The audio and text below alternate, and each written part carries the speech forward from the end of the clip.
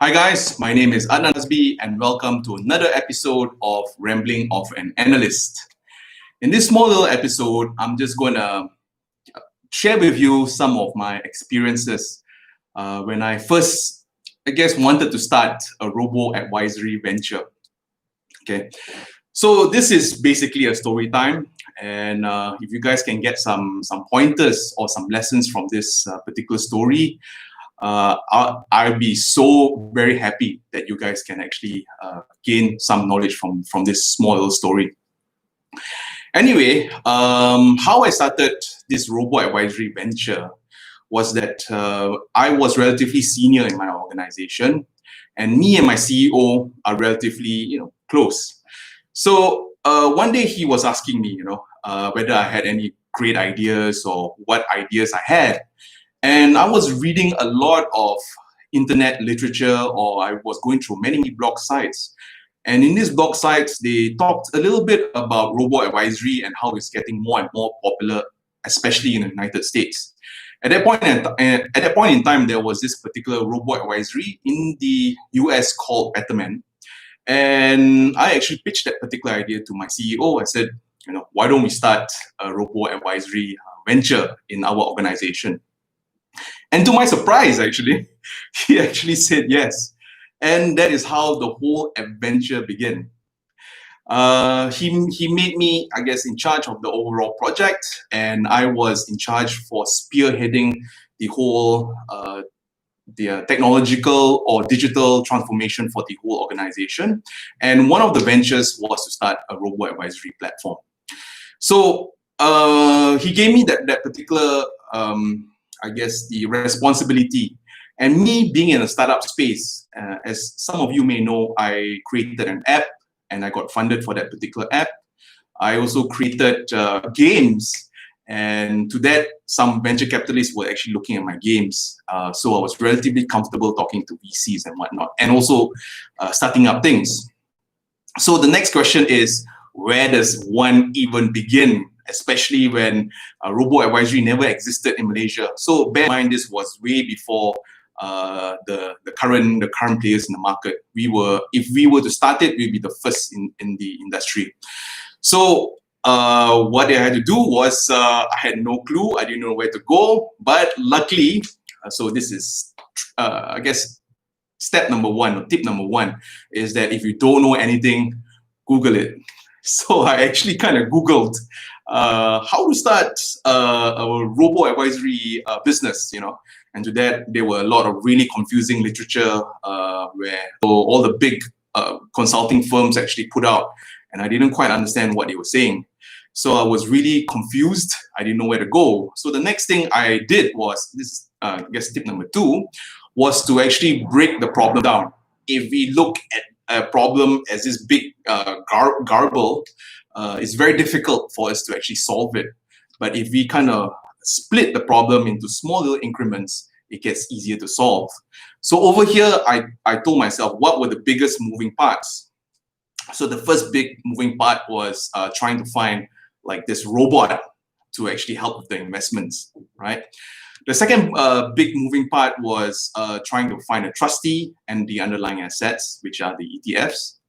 And the third big moving part is talking to the regulators and us wanting to start a business. So let's focus on the first big moving part, which is coming up with the robot, or the brains behind the overall operations. So over here, the first thing I did was I talked to my tech guys. I was like, hey guys, could you help program certain things? And to my, not surprise, a lot of these guys, they only know how to maybe do network between computers or maybe fix the printers. They're not so equipped. So what I had to do was, the next two option was maybe to hire. And the second option, to my surprise, is today, there are many companies which actually create the brain already. And what they do is they do white labeling, whereby you buy that particular brain from that particular company, and you have to put an upfront fee, and every time when you acquire a new customer, you have to pay a small little fee.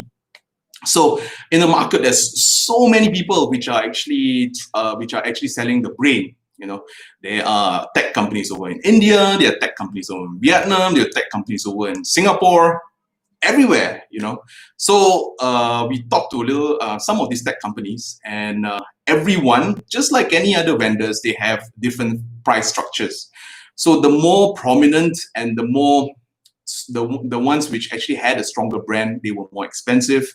And this is where we had to pay an upfront fee. And every time we acquire new customers, we had to pay them subsequent little fees. Okay. So that's how we solve problem number one. So the second issue was, gosh, I forgot what was the second issue. So I'm going to talk about the SC regulations. Over here, SC actually made it relatively easy for people to they actually have guidelines. So in the guidelines, what we can do is we can actually get the guidelines and hire legal help. And this legal help will help us decipher what is SC saying. So long if we follow the guidelines, we should be as good as gold. So over here, get a lawyer to help us with a little startup venture. The third thing is the trustee and also the underlying assets. So over here in Malaysia, how do we even get ETFs of like, China small tech or US small tech or South America, I guess, plantation companies? There's so many ETFs all around the world, but us over here in Malaysia, to get access is very difficult. To that, my CEO actually had friends, and he called up some of his friends. Eventually, we had a couple of meetings. And over here, what it is once we already know some international banks, it was very easy. They have a working relationship with other banks or other asset management all around the world, and they actually hooked us up with this ETF underwriters, or these people, these fund managers who actually hold these ETFs. So the next thing is also, since you work with a big integrated bank, they also have this thing called the trustees, where they allow us to use their trustee services. So over here, we actually solved all three issues. If you think about it. And we were actually good to go. Actually, we were really, I actually did all the paperwork. The whole everything was already set. The target, everything was already done already. But having said that, these are the things why I guess it actually didn't quite succeed.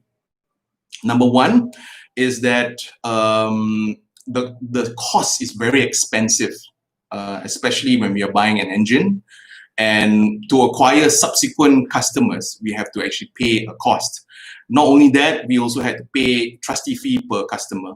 And it was relatively expensive, especially if someone were to maybe invest $10, for instance, and if the management fee is relatively low, to break even per person was a bit expensive.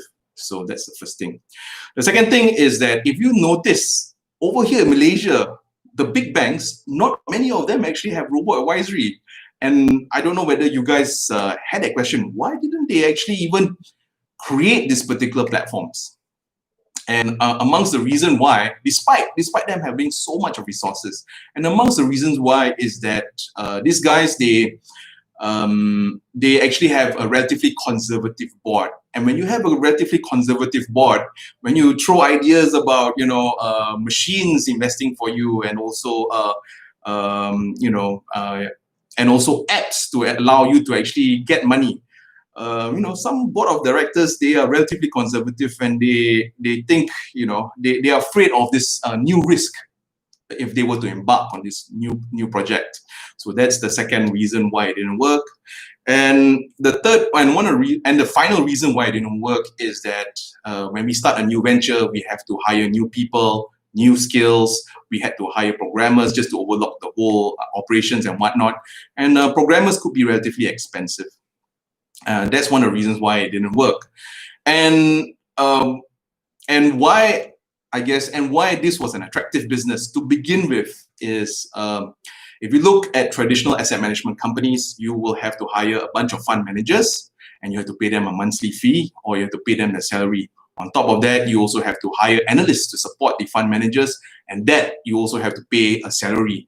And on top of that, you also have to pay sales fee for the agent which actually introduced you to the product. And you can actually see 3 tiers of, I guess, wages. Well, if you start an asset management company using, I guess, the Robo advisory business model, over here, the machine does all the investing and the app does the collection of money. So pretty much everything is just pretty much automized. So I guess that was the attractiveness of the business. But having said that, I really discussed about the realities of it. Number one, it's expensive. Number two, sometimes if we talk to board members, they could be relatively conservative. And the final thing is that we had to hire new people. And the talent pool, or to get new people, or to get someone talented enough to actually know programming, know a little bit about investing, and actually have programming skills and also investment skills, to actually have a synergistic knowledge of these two things, it's difficult to find people like that. And so overall, even though we had all the paperwork, we were good to go, but I guess the hurdle was very high.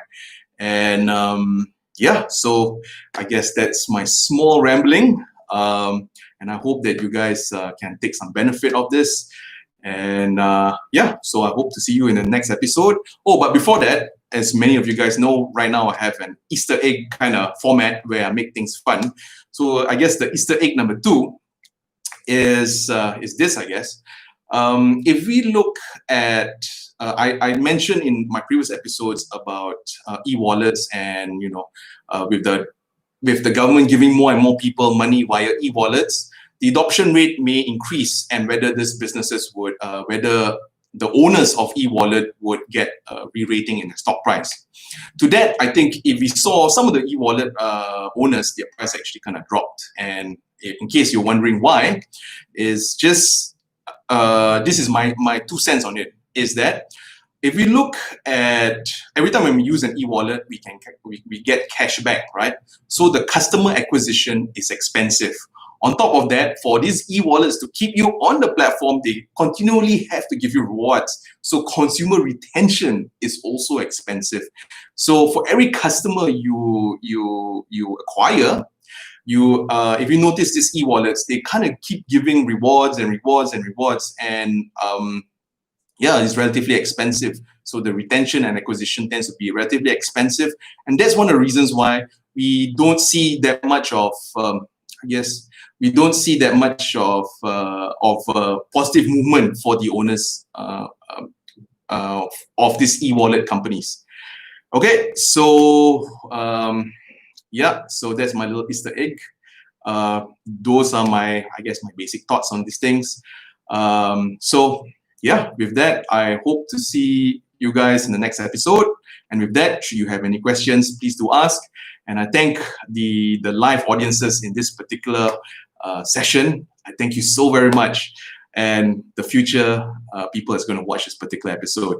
With that, guys, take care. Always be learning. Always be studying. And if you have any questions, please do ask. Okay, take care, guys.